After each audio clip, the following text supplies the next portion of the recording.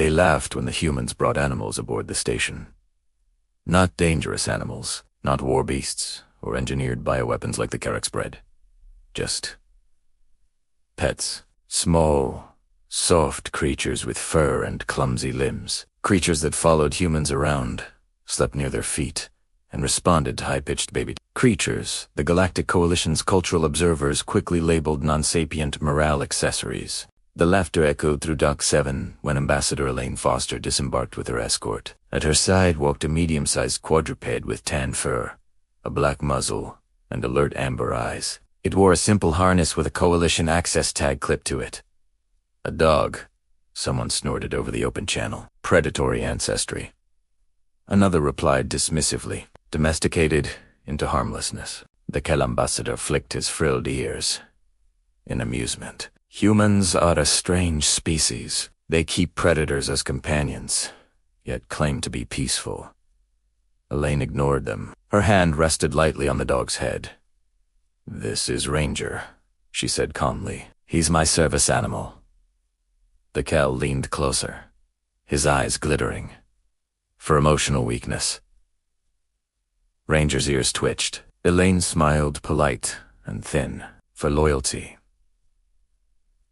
The laughter grew louder. Ranger had been with Elaine since before first contact, before embassies, before translation matrices and political posturing. He had been there when she came home broken from disaster zones, when she woke screaming from nightmares of collapsed cities and mass graves, when the world felt sharp and hostile and loud. Ranger did not understand politics.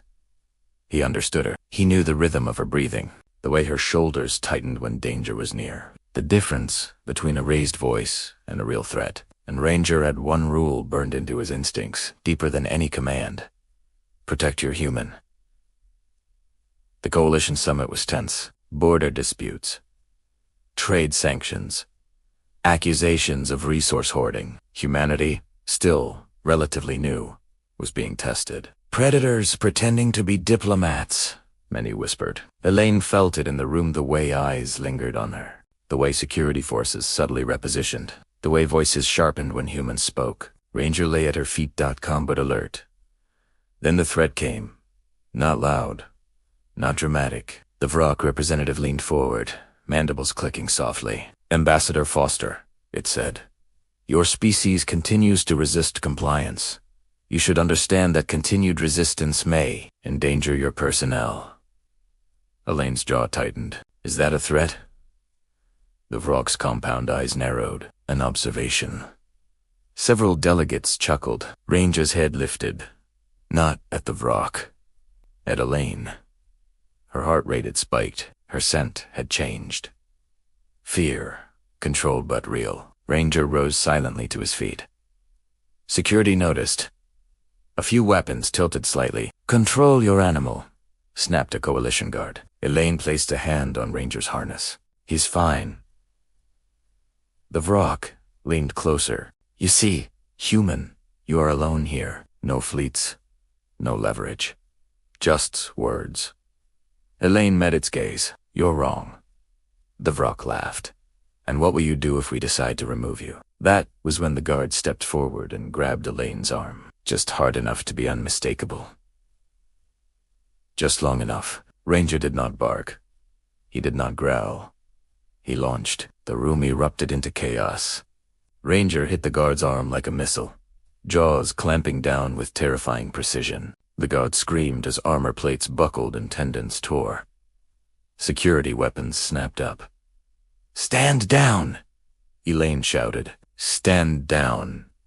Ranger released instantly and repositioned himself between Elaine and every other being in the room. His lips curled back, teeth bared, eyes locked. The growl that rolled from his chest was low, steady, and final. Not rage. Warning. The room froze. No one moved. No one breathed. The predator species in the room recognized that sound. It was the sound of something that would kill without hesitation if the line was crossed. The Vrock took an involuntary step back. What is that?" someone whispered. Elaine's voice was shaking, but steady. "That," she said, "is what happens when you threaten a dog's owner." Medical teams rushed in. Security retreated. Stunned. The guard survived. Barely. The summit was suspended. And the laughter, banished. The investigation took days. Security footage was reviewed frame by frame. Behavioral experts were consulted. Military analysts argued late into the cycles. The conclusion was unsettling. Ranger had not acted randomly. He had identified a threat escalation before any weapons were drawn. He had chosen a disabling target. He had released immediately when his human gave a command. He demonstrated tactical restraint, one analyst said quietly. Under extreme stress, the Carrick's warlord stared at the footage. That creature is not a pet. No, Elaine agreed. He's family. And how many of these dogs does your species possess? Elaine didn't smile. Millions.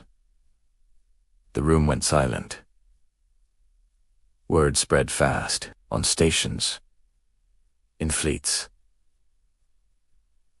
through bacchanals and military briefings. Humans kept animals. Animals that loved them. Animals that would die for them. Animals that would kill for them. And the most terrifying part, humans trusted these creatures completely. They slept beside them, left their children with them, walked unarmed into hostile rooms with nothing but a leash and a hand signal. Predator species began requesting behavioral studies. Prey species began requesting dogs. Human adoption centers were overwhelmed with off-world applications. Weeks later, the summit reconvened. The Vrock delegation kept their distance. No one mocked Ranger this time. As Elaine took her seat, Ranger lay at her feet, calm and relaxed. The Kel ambassador cleared his throat. Ambassador Foster, we wish to formally apologize. Elaine nodded. Accepted. He hesitated. Your companion.